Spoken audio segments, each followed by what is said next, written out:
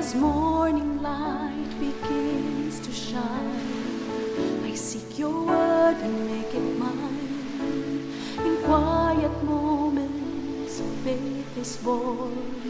With every breaking of the dawn, rise and reflect on promises true. With every dawn, I'm renewed by you. Guided by grace, strengthened by love, your light leads me from above. Your word, my hope, my guiding way. In you I find strength each day. Through trials and fears, I trust and rest. In your wisdom I am blessed. Rise and reflect on promises true. With every dawn I'm renewed by you. Guided by grace, strengthened by love, your light leads me from above.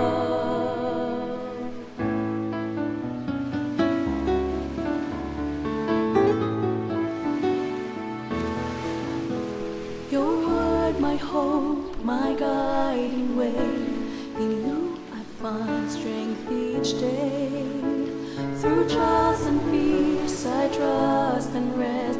In your wisdom I am blessed. Rise and reflect on promises true. With every dawn I'm renewed by you. Guided by grace, strengthened by love, your light leads me from above. Rise and reflect on promises true.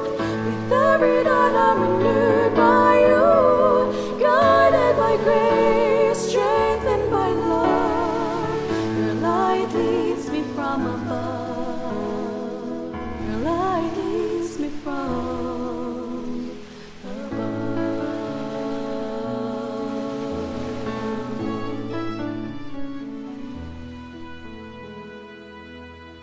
Isang bago at punong-puno ng pagpapalang umaga muli kaibigan. Ako ang iyong kaibigan, Nerio Caranza, sa Job, Kabanatang 34, Talatang 12. Sa katotohanan, ang Diyos ay hindi gagawa ng kasamaan at hindi babaluktutin ng makapangyarihan sa lahat ang katarungan. Sa gitna ng pagsubok o kawalan ng paliwanag, maaaring mapuno tayo ng tanong o pag-aalinlangan. Ngunit ang talatang ito ay paalaala na kahit hindi natin lubos na nauunawaan ang lahat, kaibigan, ang ating tiwala ay dapat manatili sa katangian ng Diyos bilang isang Diyos na matuwid, banal at mapagkakatiwalaan. Ikaw ay sumusubaybay sa ating himpilan, AWR 89.1 FM, at ito ang ating programang Rise and Reflect. At nais ko pong batiin ang atin pong mga taga-subaybay dyan po sa may bandang Isabela, Oriental Mindoro, sa Paluan, Occidental Mindoro, at ang atin pong mga maagang narito sa ating page sa Facebook, si Glory Billen, ganon din si Mariano Evangelista, Gloria Inyano, at Jason Mariano. Ganon din po si Molly Bonagan. Maraming salamat po saan man pong dako ng mundo kayo naroon. Kayo po ay welcome dito sa ating programa at himpilan. At dito nga po ay pinasisimula natin ang bawat araw sa pagbabalik ng pasasalamat sa Diyos, pagbabasa ng Kanyang salita at sa pananalangin. At mula sa ang Bible Pinoy Version, tayo po ay dadako ngayon sa Kabanatang 34. Malapit na po tayo sa huling bahagi ng aklat na ito. Ang mga talata ay 1 hanggang 37. Sinabi pa ni Eliho, makinig kayo sa akin, mga matatalino, pati kayong mga marurunong, makinig din kayo. Kung sa pagkain, sarap na sarap ang dila nyo, ganon din sana sa mga salita ng karunungan ang mga tenga nyo. Kung anong tama, pag-usapan natin, at kung anong mabuti, ating alamin. Kasi sabi ni Job, inosente ako, at hindi fair ang Diyos sa akin. Kahit na wala akong ginagawang masama, ako daw ay nagsisinungaling, at binigyan ako ng mga sugat kahit wala akong kasalanan. May nakita na ba kayong gaya ni Job? Kahit kunting paggalang sa Diyos, wala siyang pinapakita. Nakikipagkaibigan siya sa masasama at namumuhay kasama nila. Sabi pa niya, wala namang mapapala pag sumunod ako sa kalooban ng Diyos. Kayong mga matatalino, makinig kayo sa akin. Gagawa ba ng masama ang Diyos na makapangyarihan sa lahat? Binibigyan niya ng reward ang tao ayon sa gawa nila at binibigay kung anong deserve nila. Ang Diyos ay di gagawa ng masama at ang judgment ng Diyos na makapangyarihan sa lahat ay laging tama. May nagbigay ba ng power sa Diyos para siya ang maghari sa mundo? May nag-appoint ba sa Kanya para maging Diyos ng buong mundo? Kung gustong bawiin ng Diyos ang hininga ng tao, sila ay mamamatay at sa lupa ang kanilang diretso. Kung matalino ka, makinig ka. Makakapaghari ba ang Diyos kung di siya makatarungan? Mahahatulan mo ba ang matuwid at makapangyarihang Diyos? Ang mga hari ay pinaparusahan niya kung sila ay mga walang kwenta at masama. Hindi kumakampi ang Diyos sa mga leader o sa mayaman laban sa mahirap kasi lahat sila ay create niya. Anytime pwedeng dumating ang kamatayan, maski hating gabi pa. Buhay ay pwedeng wakasan, bigla na lang mamamatay kahit pa ang mga nasa kapangyarihan. Nakikita ng Diyos ang bawat gawain ng tao at alam din niya kung saan papunta ito. Walang madilim na lugar ang mapagtataguan ng taong makasalanan. Di na kailangan ng Diyos na mag-set ng panahon para humarap ang tao sa judgment niya. Di na niya kailangang mag-imbestiga para pabagsakin ang mga leaders at palitan ng iba. Tunay nga, alam niya ang kanilang mga gawain. Sa gabi sila ay ibabagsak at wawasakin. Pinarusahan niya ang masama sa lugar na lahat ay makakakita kasi hindi na sila faithful sa Kanya. Pati ang mga utos niya ay sinuway nila. Ang pasakit nila ang dahilan kaya lumapit sa Diyos ang mga dukha at ang hinaing ng mga inaapi pinakinggan niya. Pag ang Diyos ay nananahimik, may makakapuna ba sa Kanya? Kung magtatago siya, may makakakita ba sa Kanya? Hindi na maghahari ang masasama at ang taong bayan ay hindi na nila madadaya. Job, sa Diyos ba ay nag-confess ka na at nagpa-promise na di na muling magkakasala? Hiniling mo rin ba ang iyong mga mali ay ipakita at nangako na ititigil ang paggawa ng masama? Since ayaw mong tanggapin ang ginagawa ng Diyos, nag-e-expect ka ba na gagawin niya ang gusto mo? Ikaw mismo ang magdi-decide at hindi ako, kaya sabihin mo na lahat ng nalalaman mo. Sasabihin sa akin ng mga taong may pangunawa at ang matatalino ay magsasabi din ng ganito. Nagsasalita si Job ng walang kaalam-alam at wala ring sense ang mga sinasabi niya. Unawain niyong mabuti ang sinasabi ni Job. Mga sagot niya ay gaya ng mga taong masama. Dinadagdagan pa niya ng pagre-rebelde ang kanyang mga kasalanan. Nilalait ang Diyos sa ating harapan. Ang Diyos ay matuwid sa lahat ng kanyang daan. Sa kabanatang ito, muling nagsalita si Elihu at mas malinaw niyang hinamon ang mga naging pananalita ni Job na tila pinapalabas na ang Diyos ay hindi makatarungan. Ipinagtanggol ni Elihu ang katuwiran ng Diyos at muling pinaalalahanan si Job at tayo na ang ating pananaw ay limitado. Ngunit ang Diyos ay lubos na makatarungan, mapagpasensya at karapat-dapat nating pagtiwalaan. Ang una sa mga punto na inihayag ni Elihu ay sinabi niya na ang katuwiran ng Diyos ay hindi masusukat ng tao. Sa talatang 10, malayo nawa sa Diyos ang kasamaan at sa makapangyarihan sa lahat ang kalikuan. Si Elihu ay mariing nagsalita laban sa ideya na ang Diyos ay hindi makatarungan. Pinapaalaala niya na ang Diyos ay banal at ang anumang ideya na siya ay maaaring nagkamali o magkamali ay mali mismo. Sa gitna ng pagdurusa, madaling magtanong, bakit pinapayagan ito ng Diyos? Pero ang paalaala ni Elihu, hindi natin dapat sukatin ng Diyos batay sa ating damdamin o karanasan. Kaibigan, kapag dumaraan sa kawalang katarungan, huwag nating pagdudahan ng Diyos. Sa halip, ilapit sa Kanya ang ating mga tanong at hayaang ang Kanyang salita ang magbigay liwanag. Siya'y totoong patas kahit hindi agad natin ito makita. Pangalawa, ginagantimpalaan ng Diyos ang tao ayon sa gawa. Sa talatang 11, sapagkat ang gawa ng tao ay ibabalik sa Kanya.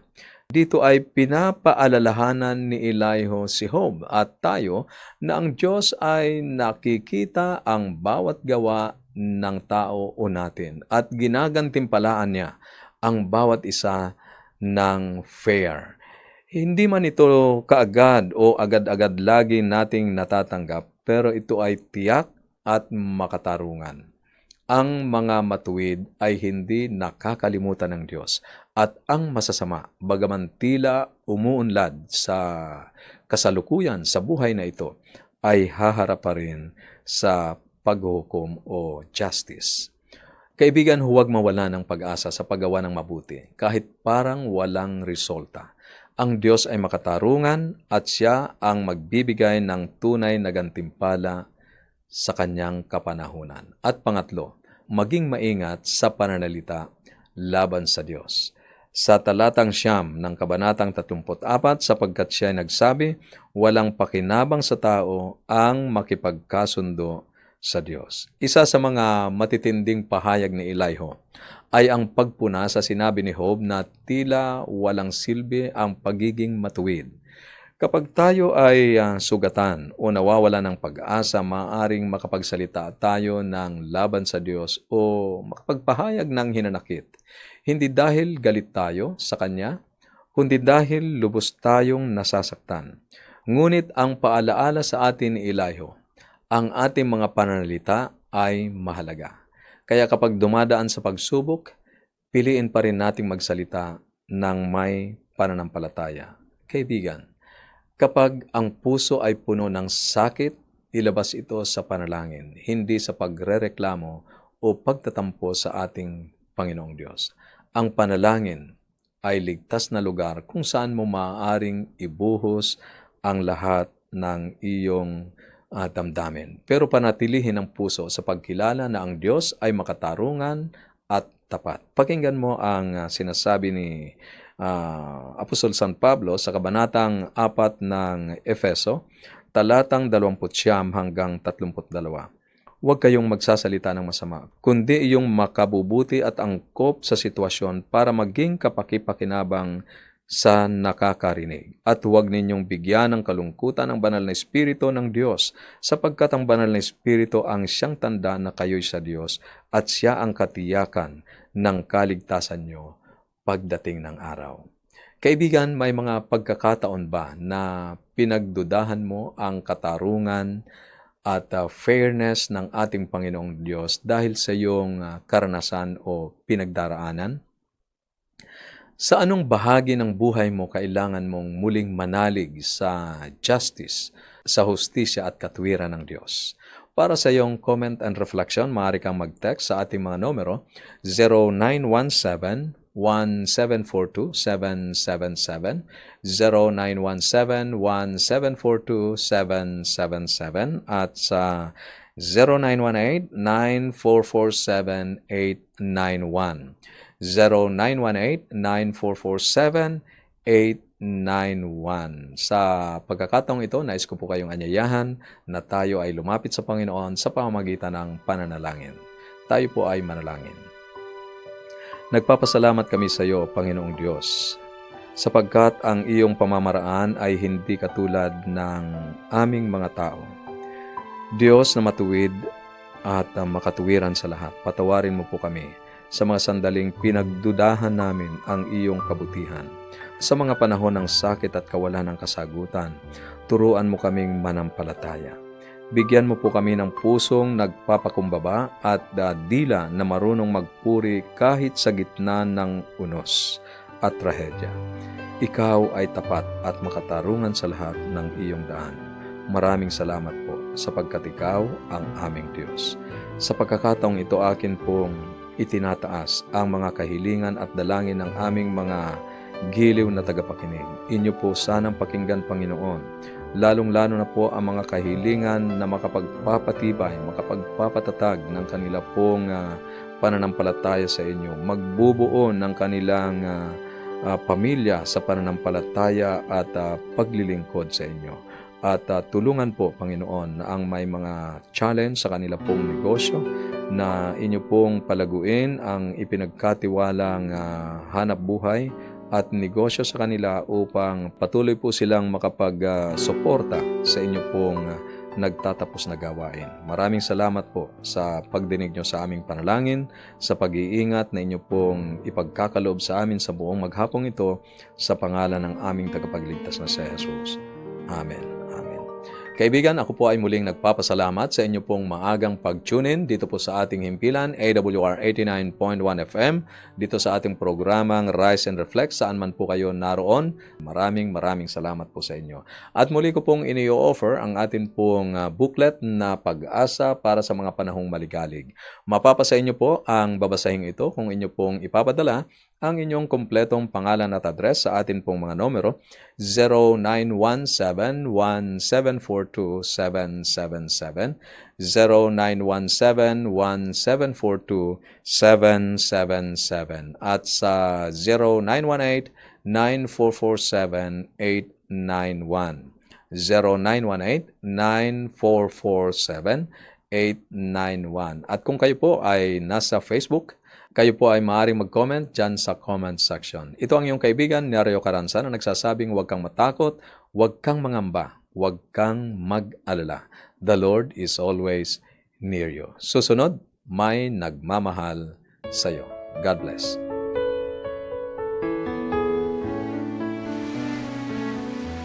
As morning light begins to shine, I seek your word and make it mine.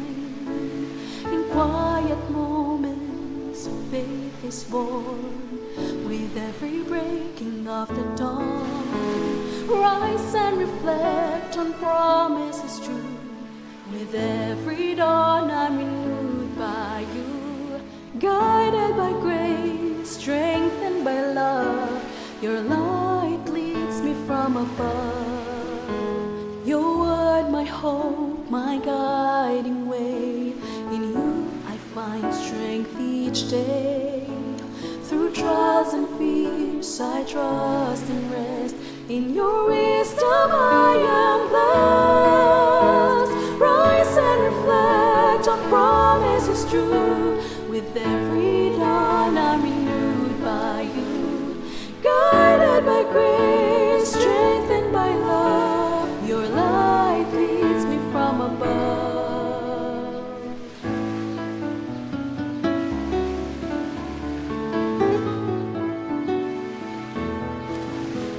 Your word, my hope, my guiding way.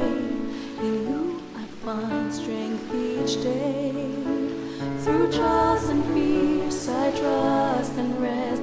In your wisdom I am blessed. Rise and reflect on promises true. With every dawn I'm renewed by you.